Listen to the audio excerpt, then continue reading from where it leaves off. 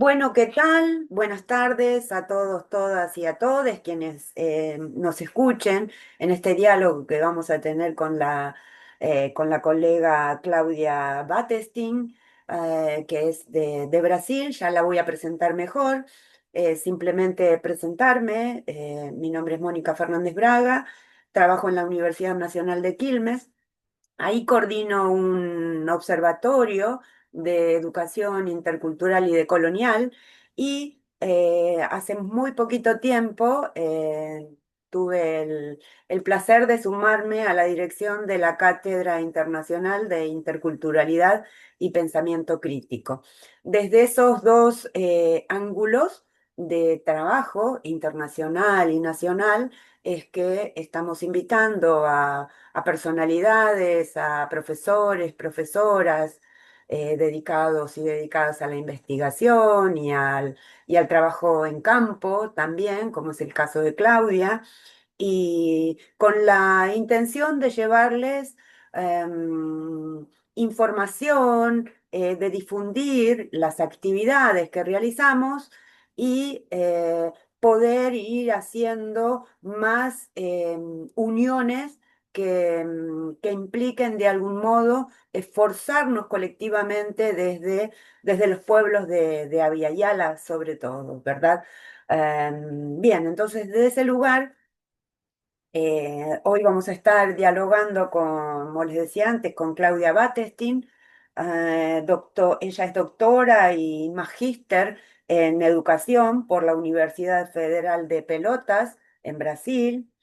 Ha tenido una estancia doctoral en la Universidad Jaime de España, Jaime I, perdón, de España, y ha realizado un postdoctorado en antropología por la Universidad de Buenos Aires, en Argentina. Es especialista en educación ambiental por la Universidad Federal de Santa María y licenciada en filosofía por UNO Chapecó, de la ciudad de Chapecó.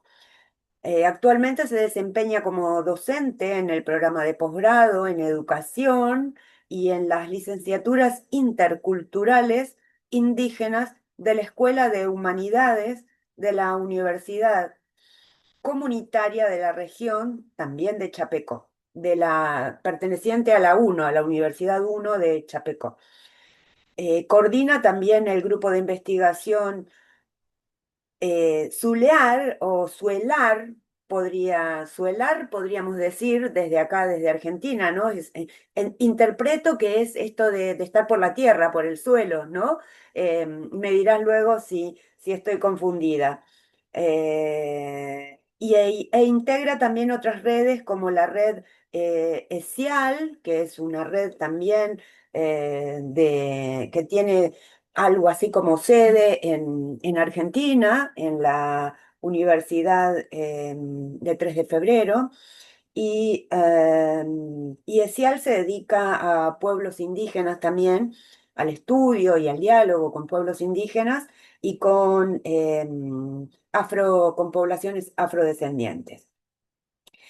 Y por último, la última red de la que suelo participar en algunas actividades también es la denominada Red Diala, ¿sí? Que trabaja, es una red latinoamericana de diálogos decoloniales e interculturales.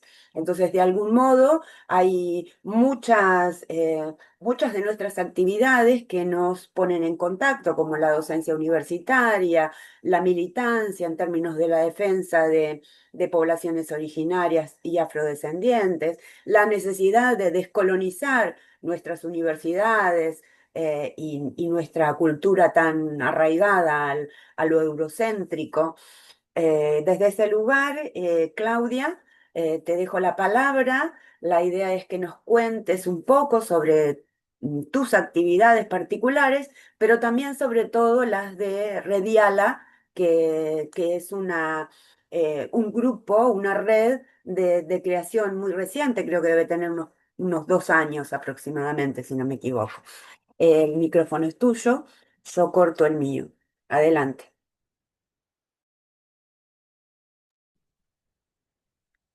Obrigada, professora Mônica. É muito bom estar aqui, né? Mesmo virtualmente, né? Podermos intercambiar saberes, utopias e possibilidades, né?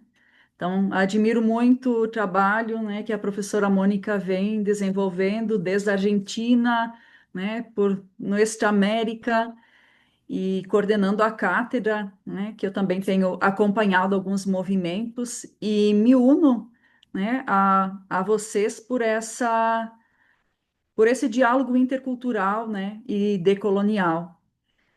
Então, te parabenizo, né, pela organização e pela sistematização e também pelo momento, né, de poder dialogar e difundir, né, as nossas ideias e por sermos mulheres latino-americanas, né, é um espaço importante.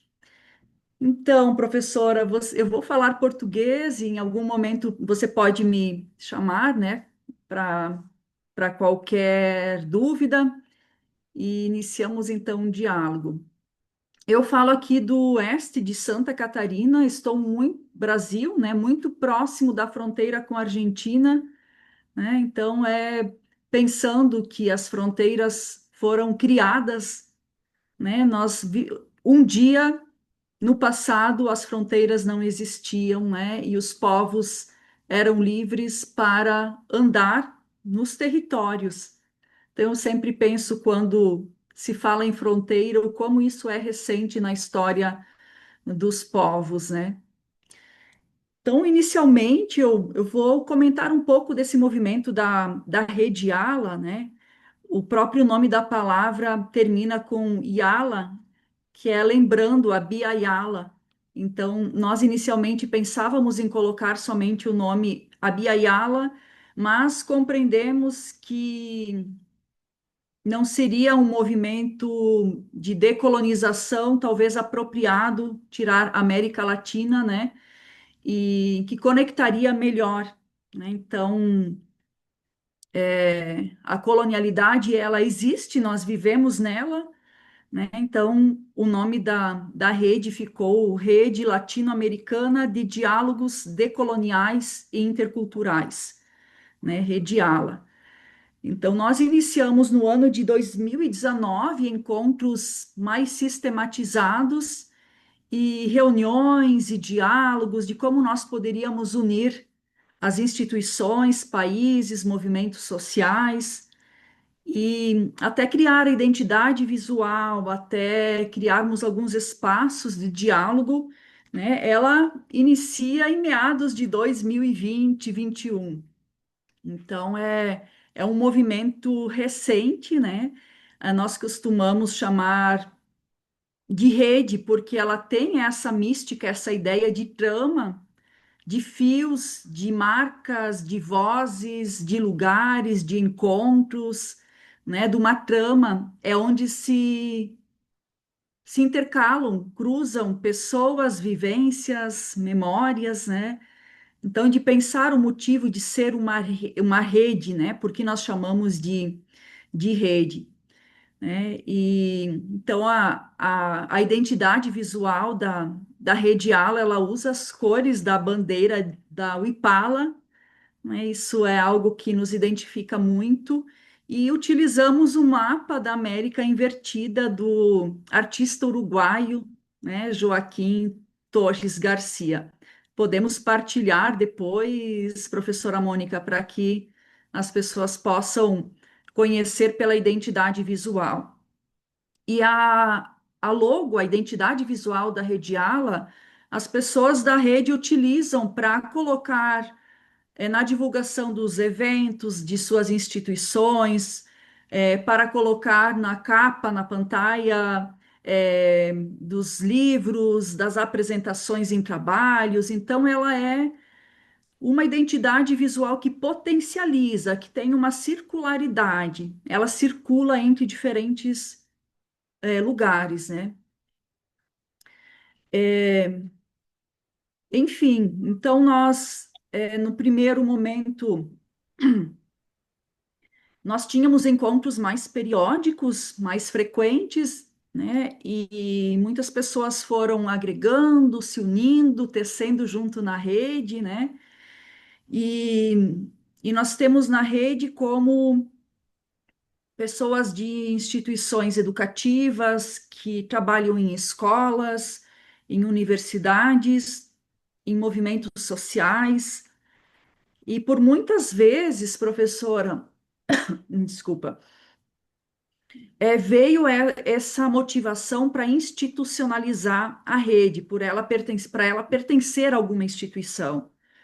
E foi muito consensual do grupo de que seria um movimento contrário, ao revés, de que os grupos das instituições deveriam se unir à rede, que ela teria esse movimento de ser aqui, abraçaria as lutas e os movimentos de cada lugar. Ujú, Isso é bom e é ruim também, porque ela é livre, mas ao mesmo tempo nós precisamos ter sistematização de organização, claro.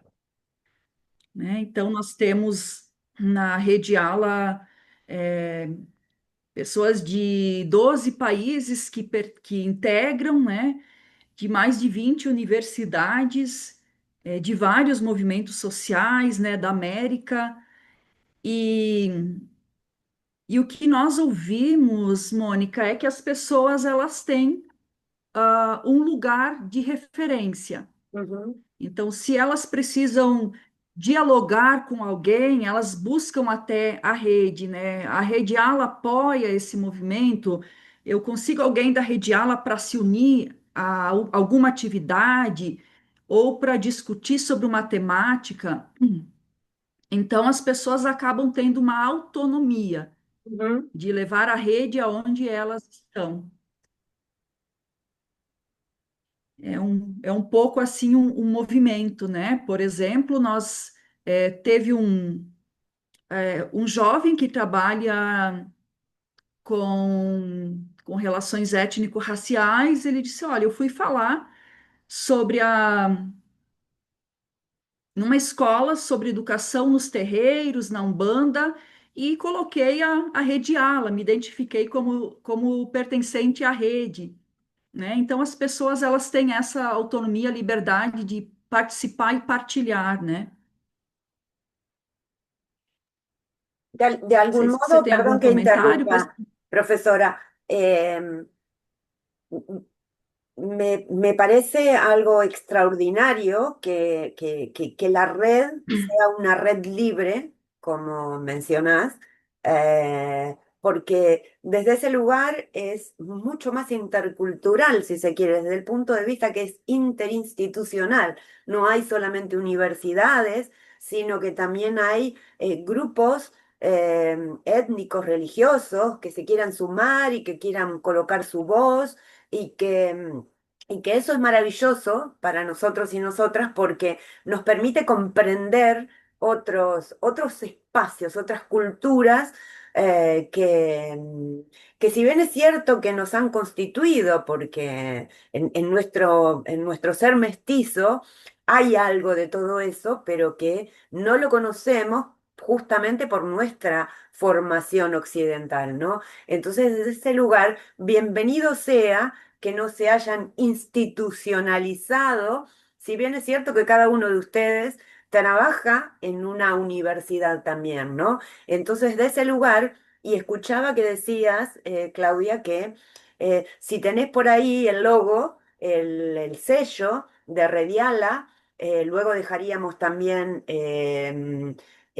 algunos enlaces para que varias personas que escuchen puedan comunicarse.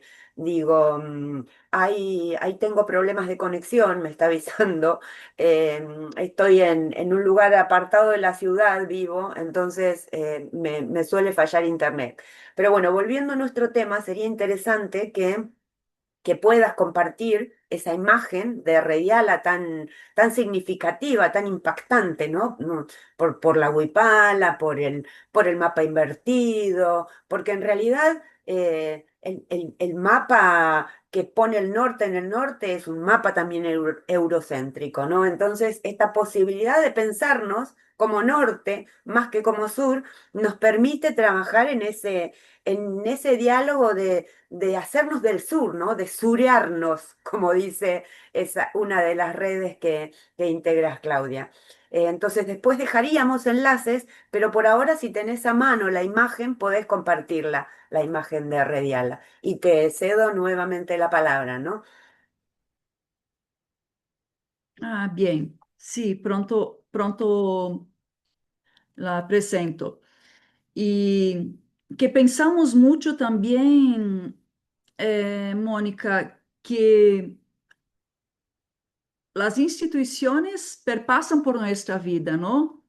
Entonces, muchas personas acaban saliendo de las instituciones y muchas redes o grupos se quedam com as universidades.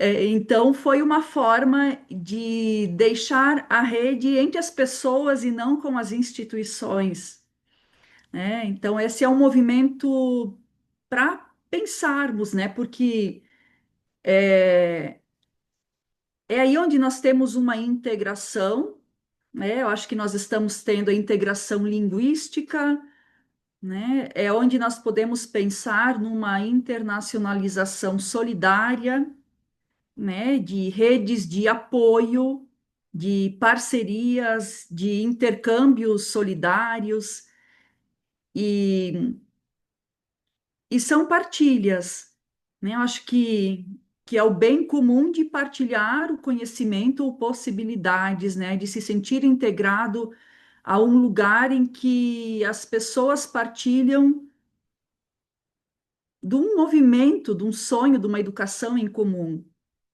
né? Que é para as pessoas, né? Para os movimentos. Então, nós temos várias etnias indígenas na rede, pessoas dos movimentos sociais, né? E isso muitos comentam, ai, professora. Eu não estou escrevendo num grupo, mas eu acompanho tudo e eu gosto muito. Então, existem silêncios na rede, mas que eles refletem de outra forma, né? E, e nós temos as redes sociais que utilizamos bastante, e dos movimentos que já foi mais divulgado, né? Então, tem momentos, depende quem integra mais, né? Acaba colaborando o canal do YouTube. Então, eu vou partilhar aqui para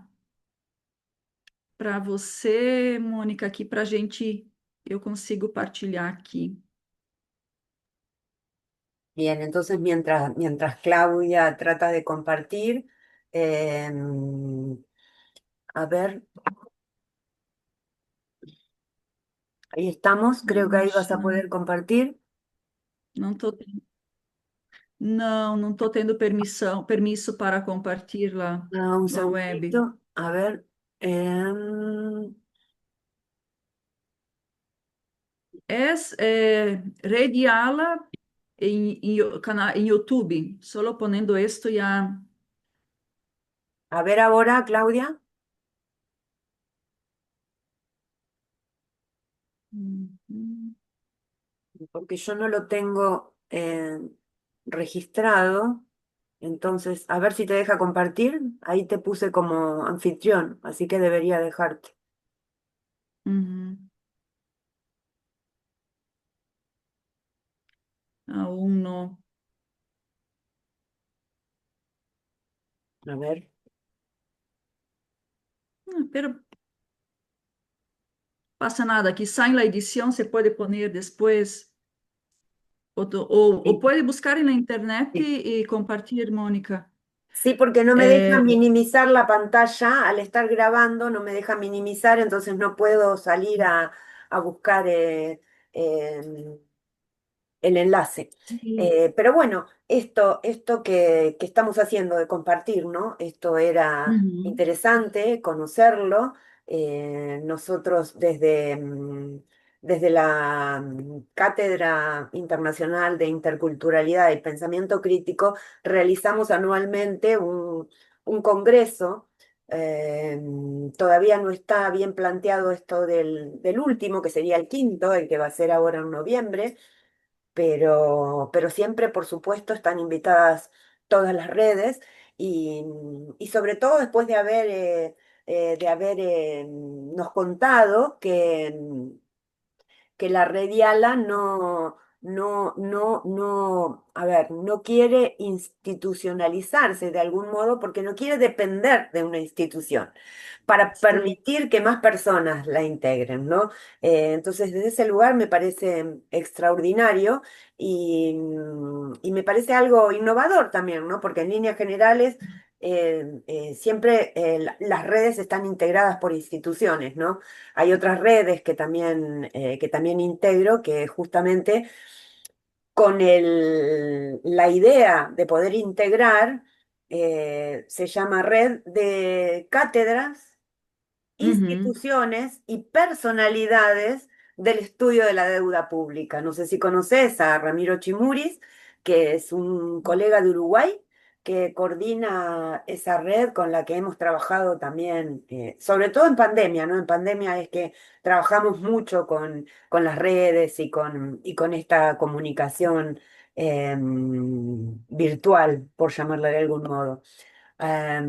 Entonces, desde ese lugar, mientras tanto, contarnos alguna anécdota, si te viene, eh, Uhum.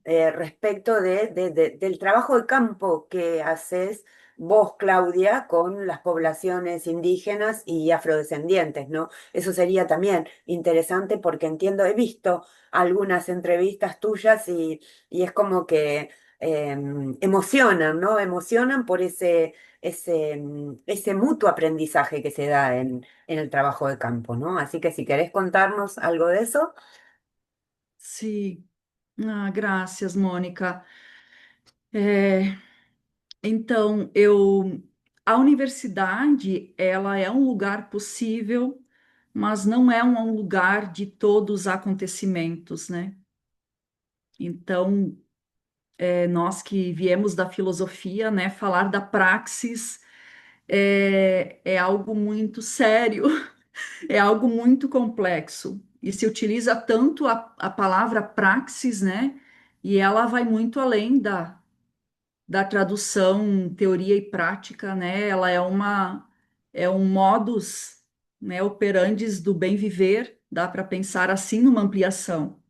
Então, na universidade, hoje, eu tenho eu trabalho na assinatura, ou na classe, que se chama Pedagogias Interculturais e Decoloniais. Então, uma vez por ano, né, ela é virtual, e máximo 10 estudantes, e são nesses encontros que nós começamos a estudar, né, sobre os conceitos, sobre quem somos nós, latino-americanos, né, de compreender a história da colonização, que infelizmente nós na América nós não estudamos o suficiente sobre quem somos nós, latino-americanos, sobre a questão da identidade, território, né? A maioria não compreende a forma correta, né, o que passa pela escola. E entramos no conceito de cultura, de interculturalidade, decolonialidade. Então, os estudantes eles têm uma introdução e depois eles seguem estudando, fazendo suas correlações. E, além disso, temos o grupo de pesquisa aqui no Brasil. Quem trabalha com a pós-graduação tem que ter um grupo de pesquisa cadastrado em nível de CAPES, né? Então, se chama SULEAR, que é pensar, né? O SULEAR é um grupo de pedagogias decoloniais, interculturais, que é pensar desde o Sul, né? E desde o Sul global. Então, nós também temos aí um movimento, né, que dialoga muito também com a Rede Ala, e o movimento acontece, né? Então, na universidade, devido a essa minha inserção, eu tenho orientado vários estudantes indígenas da etnia Caigangue, que é o terceiro, quarto povo maior do Brasil. Então, nós temos cerca de 30 mil caigangues e só na região oeste de Santa Catarina são aproximadamente 7 mil caigangues. Então, é muito recente a chegada dos estudantes indígenas na universidade. No Brasil, nós não temos mais que 50 doutores indígenas, pensando quanto somos muitos, um país continental. Então, a minha primeira orientação foi do Getúlio Narciso Caigangue, e ele foi o primeiro, o quinto mestre do Oeste Catarinense, né? E agora ele entrou no doutorado em educação, e não temos no estado de Santa Catarina nenhum doutor em educação. Então, é muito incipiente, a roda dando na gira, no despacito. Então, o acesso ao ensino superior para os povos originários no Brasil, ela é muito recente, né? Ela não teve políticas públicas, as políticas públicas de inclusão, elas iniciam no século XXI. Então, eu já tenho, agora no momento, né, estou orientando também uma mulher caigangue, já teve outras duas defesas, e com estudante indígena, com uma turma de magíster, de doutorado, todos os estudantes ganham, saem com uma experiência diferente, compreendem uma outra cosmovisão, e não é tão fácil, mas é possível, né?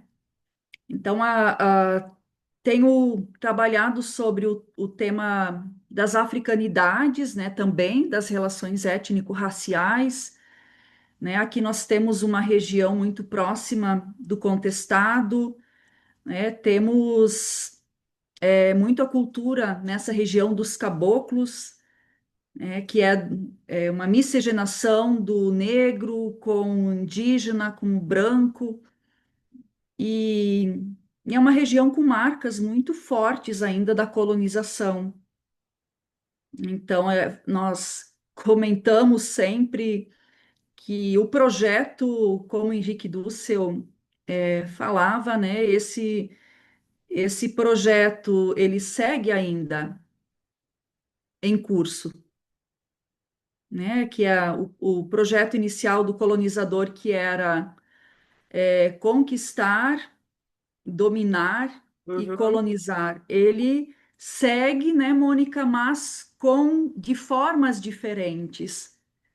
E quando nós percebemos isso nos cotidianos, é muito forte, né? Porque as nossas instituições ainda são brancas, uhum. elas ainda são muito eurocentradas, Verdade. é, muito do homem masculino ainda, então a presença das mulheres é muito recente comparar com a história, né? E E nós estamos fazendo esse movimento de volver para casa, não? De voltar para casa e ver quem foram Uhum, as referências que nós tivemos aqui de 1900, 1800. Será que não existia pensamento uhum, criativo, cosmológico? A oralidade, ela deixa isso registrado. Então, as culturas originárias, né? Por que que eu falo a importância da cultura africana? O Brasil foi o país que é difícil usar a palavra, é, que mais raptou africanos uhum, do mundo. É o país que teve mais africanos escravizados do mundo, foi o Brasil. uhum, Então, nós temos no Brasil uma miscigenação muito grande. uhum, E para a Mônica, e para quem vai estar ouvindo, tivemos uma pesquisa que saiu há poucos meses, feita pela USP de São Paulo e com o Ministério da Saúde do Brasil, sobre o mapeamento do genoma brasileiro. Você compreende o que é o genoma? sí, sí, sí, sí. Então, foi feito com muitas pessoas e o resultado veio mostrando que o Brasil é o país mais miscigenado do mundo. Ou seja, nós somos o país com a maior quantidade de culturas. Uhum, Isso deveria ser um resultado que, se nós temos muitas culturas, nós deveríamos saber conviver uhum, entre elas. uhum, E é um país onde tem o maior número de mortes de pessoas do movimento LGBT. uhum, Então as coisas não andam bem. claro. É uma contradição, né?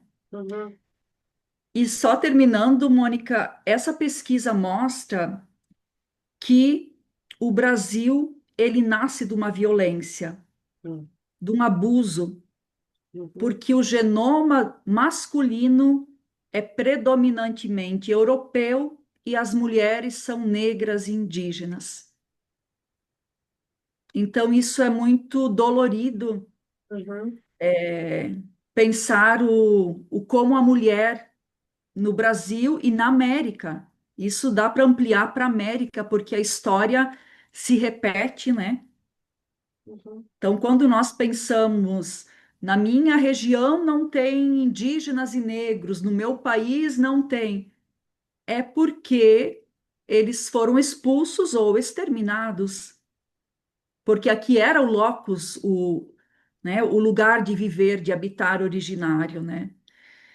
Então, são questões que não são fáceis para trabalhar, porque não é teoria, nós vivemos isso. Então, causa muita, como a Catarina Walsh dizia, causa fissuras, né? E nessas fissuras nós sentimos dolor também.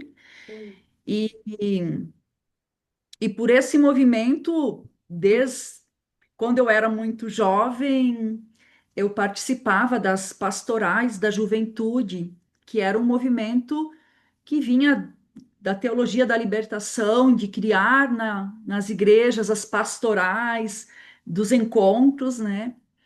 Então, eu sempre estive muito próxima da educação popular e dos movimentos sociais. E em todos os lugares que eu estudei, que eu vivi, eu sempre levei esse movimento comigo, sempre busquei estar ao encontro, das comunidades.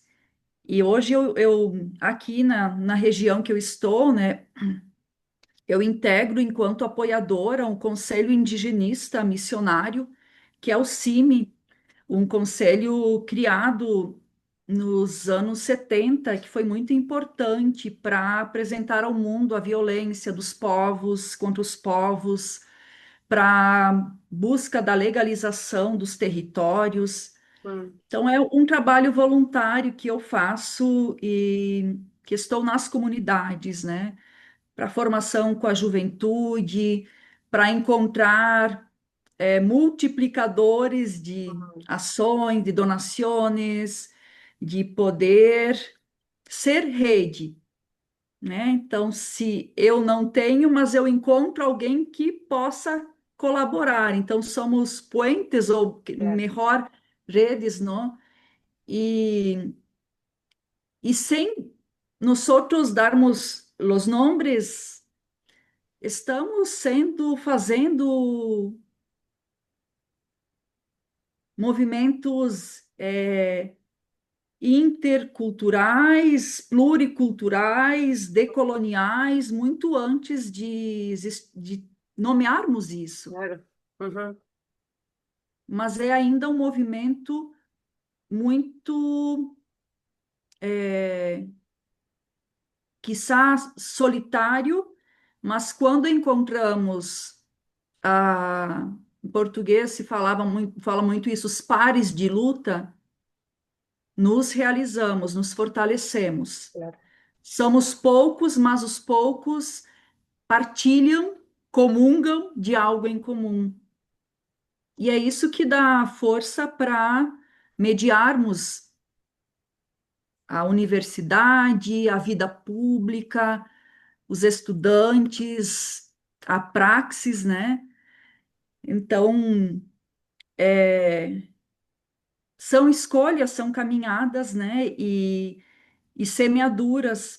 Estive com você, né, Mônica, na Universidade de Quilmes, quando teve a cerimônia de Sí. consagração à Pachamama, que Ujú, foi muito, muito lindo, ujú, e aonde se depositavam las semillas em la tierra, las ujú. oferendas para Pachamama, e nós somos sementes, né? A semeadura, e se põe la semente em la tierra como um estudante, ou um pensamento, ou uma possibilidade. Algumas semilhas, algumas sementes vão germinar, outras demoram mais tempo para crescer, né? Algumas não germinam, mas é, é um pensamento bem das pastorais, mas o importante é seguir semeando. Claro.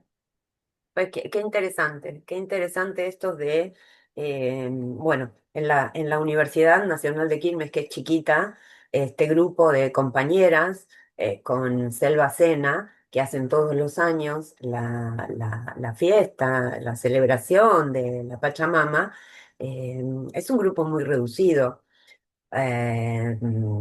Todavía no se alcanza a comprender la necesidad espiritual y cognitiva que tenemos de conocer cómo son esos rituales, ¿no? De conocer o de aprender algo de la riqueza de su conocimiento ético. Me parece que no estamos tomando conciencia de lo que nos estamos perdiendo. Y esto no implica dejar de lado el saber eurocéntrico, porque es lo que nos caracteriza, lo que nos forjó la intelectualidad, pero sí necesitamos poder tener acceso a ese otro saber que eh, cada que uno va estudiando un poco más se da cuenta que no hay individualismo, sino que hay colectividad, que no hay diferencias entre hombres, mujeres o cualquier otra orientación sexual, sino que se complementan, si se quiere, que colaboran, cada uno y cada una de las personas que viven en comunidad colaboran para llevar esa comunidad a mejorarla, a transformarla. Entonces, todo esto que nos enseñó el individualismo occidental, me parece que necesita parangonarse con este otro modo de ver el mundo que es la cultura de las poblaciones originarias. Y también las afro, ¿no? Porque, a ver, han tenido un caudal de resistencia y de guardar, de ocultar su cultura, creo que con una visión amplia del mundo, esperando a que se pudieran abrir paso para comunicar su conocimiento, ¿no? Creo que este siglo XXI nos está permitiendo eso y que la academia resiste, pero de a poco tiene la necesidad de ir incorporando ese otro saber ancestral y que tiene que ver con las poblaciones originarias y también con las comunidades afro y con otras comunidades, ¿no? La verdad es que sabemos poco incluso de nuestras propias poblaciones originarias, ¿no? Poco en el sentido de que solamente nos han enseñado a aquellos que venían con la pluma y que hacían la fogata y que hacían una chocita cuando estábamos en la escuela y no aprendimos mucho más de su conocimiento, de su forma de no sé si de evolucionar o de ir incorporando nuevos saberes y esa gran lucha que tuvieron que hacer para ocultarse.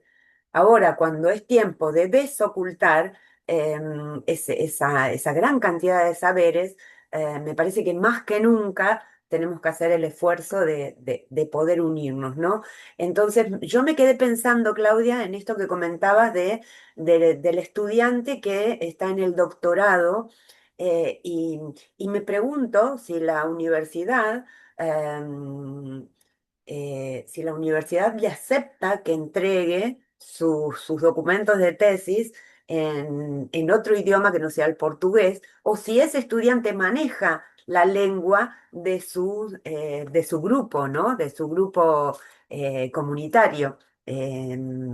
Eso es algo que me parece que en algún momento de nuestras vidas institucionales, en este caso, vamos a tener que permitir, ¿no? Es decir, que se escriba en portugués, en el caso de ustedes en Brasil, pero que también se permita expresarse en su propia lengua, ¿no? Esto que estamos haciendo de modo oral ahora en Argentina, por lo menos en la Universidad Nacional de Quilmes, de que vengan las comunidades originarias y que hablen en sus propias lenguas, pero aún no tenemos nada escrito.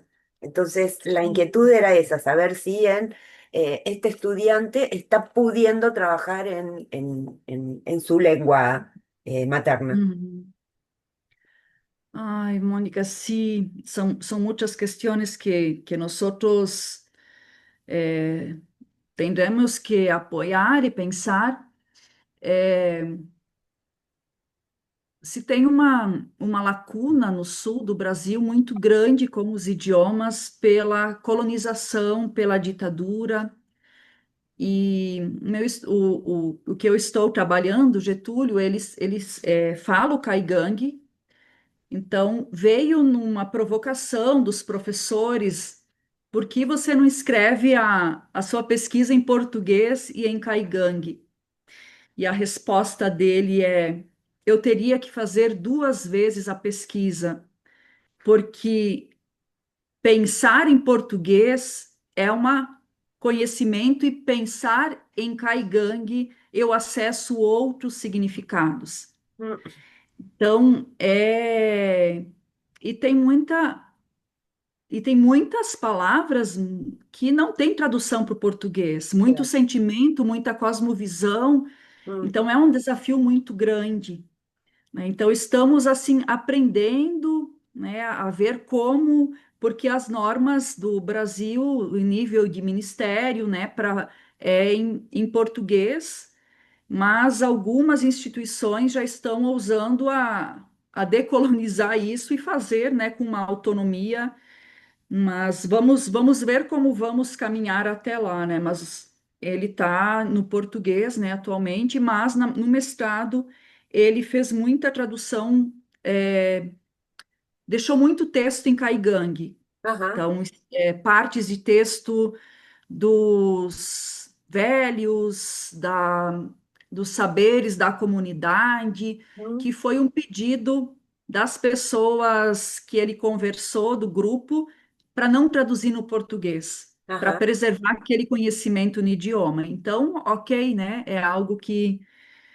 é importante. Mas algo, Mônica, que para nós é muito difícil, que nós estamos numa as universidades elas vivem o tempo cronológico, né? E as populações de diferentes culturas, afro, quilombolas, indígenas, eles têm uma outra forma de vivenciar o tempo, né? Então, isso ainda é uma colonização do tempo muito grande. Ujú, Então, como fazer essa mediação? E nós precisamos construir isso em rede, né? Como deu certo na Argentina, no Brasil ou no México, como nós podemos pensar uma metodologia do tempo, ujú, né? Então, eu acredito muito nessa partilha, nesse intercâmbio de saberes, porque é assim que nós nos fortalecemos, né? ujú, Porque são realidades distintas, mas lutas em comum. Quando eu estive no Chaco da Argentina, em Jujuy, eles perguntavam muito como são os indígenas no Brasil. Eles vivem como vocês, com os desafios na educação, mm, de ter material diferenciado, de ter acesso à educação, à saúde, de, de trazer o idioma novamente, né? As lutas são as mesmas, só muda o lugar. claro. Então, isso, né, o povo guarani, principalmente, é algo que me tocou bastante, assim, de ver o como não é fácil em nenhuma parte da América, né? Os povos, eles têm aqui o lema, se eu existo é porque resisto, Mm, né? Então, a palavra existir está dentro do resistir, e eu acho que é isso, né, Mônica? sí, sí, sí, ahí creo que hay un texto de Catherine Walsh que habla de la existencia como resistencia, ¿no? Uhum, Muy interesante. Bueno, sí, sí, tenemos mucho por hacer, mucho por aprender, y me quedaba pensando en que em, el autor, Javier Zubiri, era un filósofo español, el de la inteligencia sentiente, no sé si lo recordás, y bueno, él escribía muchas palabras en vasco en sus textos, porque, mira,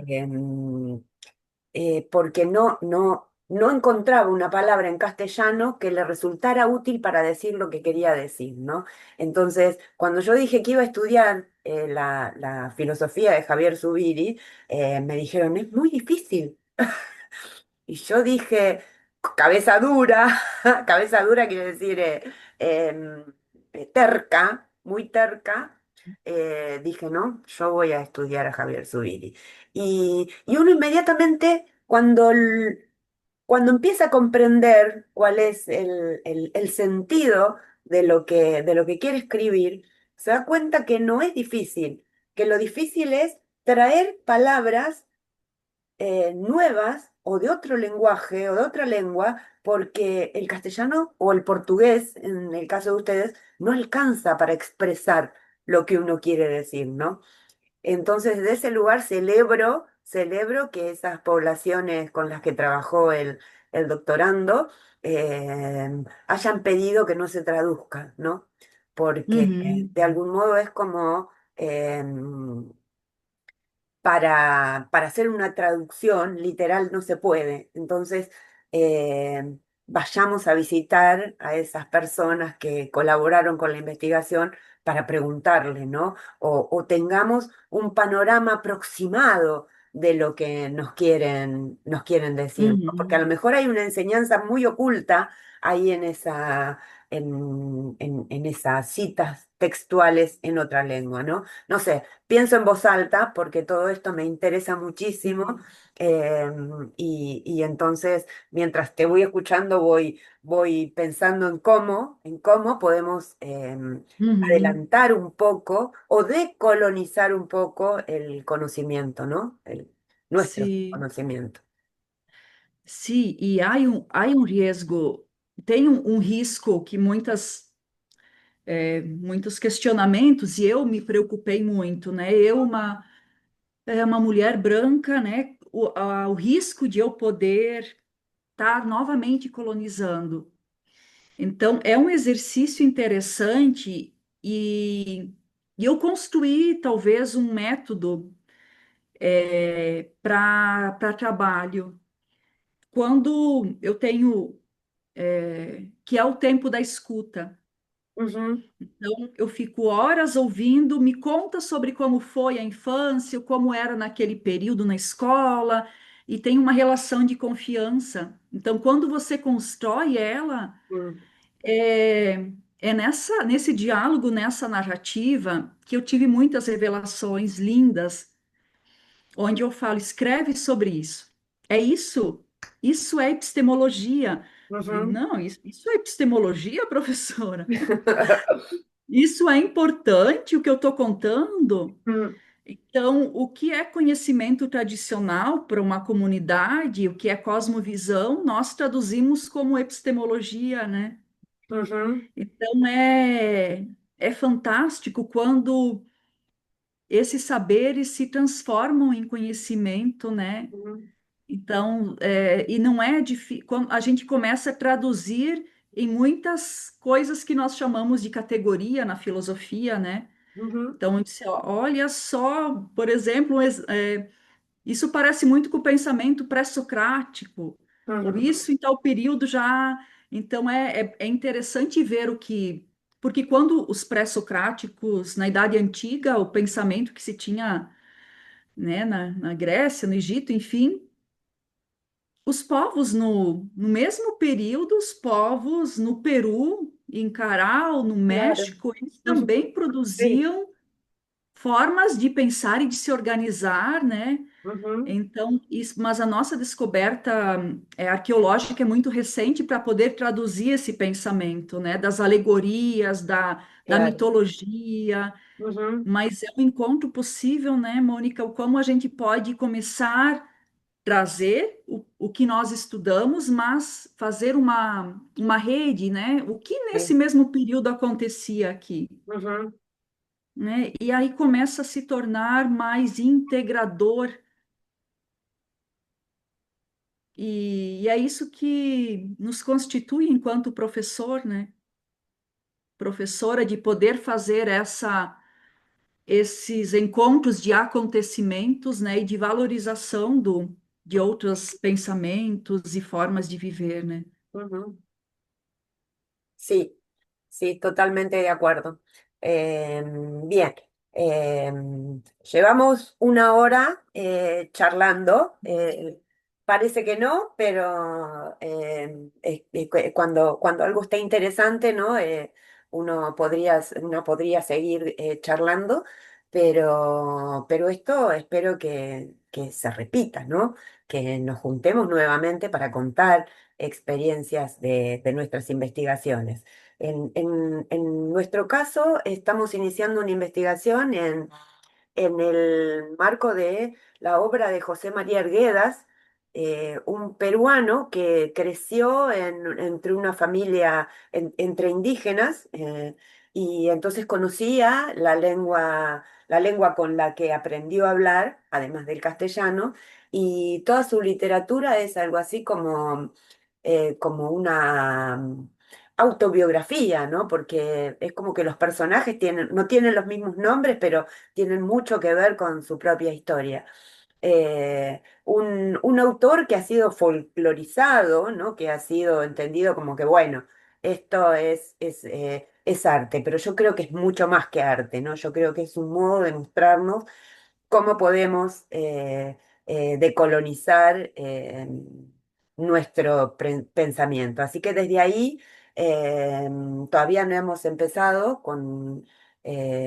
sí hemos leído algunas de sus novelas, pero creo que es un modo de poder seguir ubicando otros autores, que los hay, que hayan tenido la posibilidad de convivir con poblaciones originarias y de ahí crear su literatura, ¿no?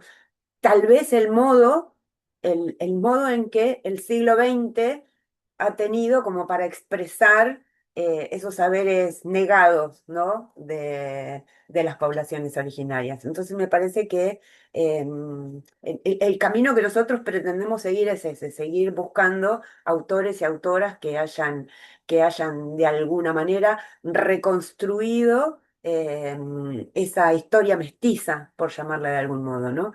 Creo que por ahora ese va a ser nuestro aporte, el de ustedes enorme, porque van al campo a dialogar con esas personas, entonces creo que podemos ir aprendiendo juntos y juntas en este camino de colonización intelectual que estamos emprendiendo, ¿no? Así que bueno. Te dejo el micrófono para que digas tus palabras de cierre, de algún modo, pero un cierre abierto para poder encontrarnos en otra oportunidad cercana, ¿no?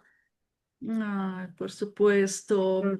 Não, eu agradeço muito esse momento de diálogo, né? E agradeço o momento de escuta para quem for nos ouvir depois, né? Eu sempre partilho que cada vez que nós compartilhamos o conhecimento, nós compartilhamos o tempo da nossa vida também. Mm. E se nós fazemos isso é porque nós esperançamos, né? Nós acreditamos, né, Mônica? Ujú.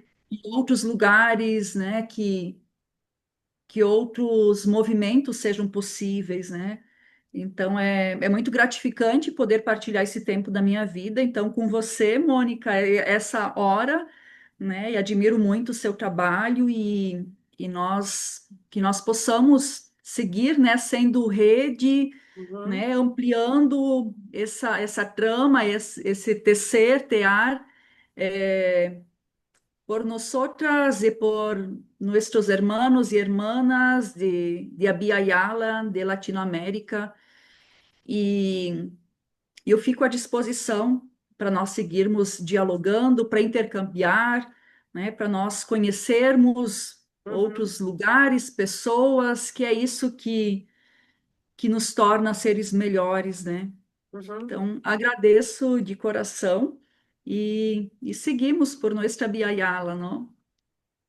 Muchas gracias a vos, también agradezco que me hayas permitido entrar en un momento de tu recorrido académico, pero vivencial también, ¿no? Porque si algo tenemos en común es esto, que vivimos lo que hacemos de algún modo y lo sentimos, ¿no? Es algo así como el famoso sentipensar de Salazar Bondi, ¿no? Que bueno, que nos lega esa necesidad de decir, sentimos porque pensamos y pensamos porque sentimos, ¿no? Así que agradezco el tiempo y nos encontramos en cualquier momento.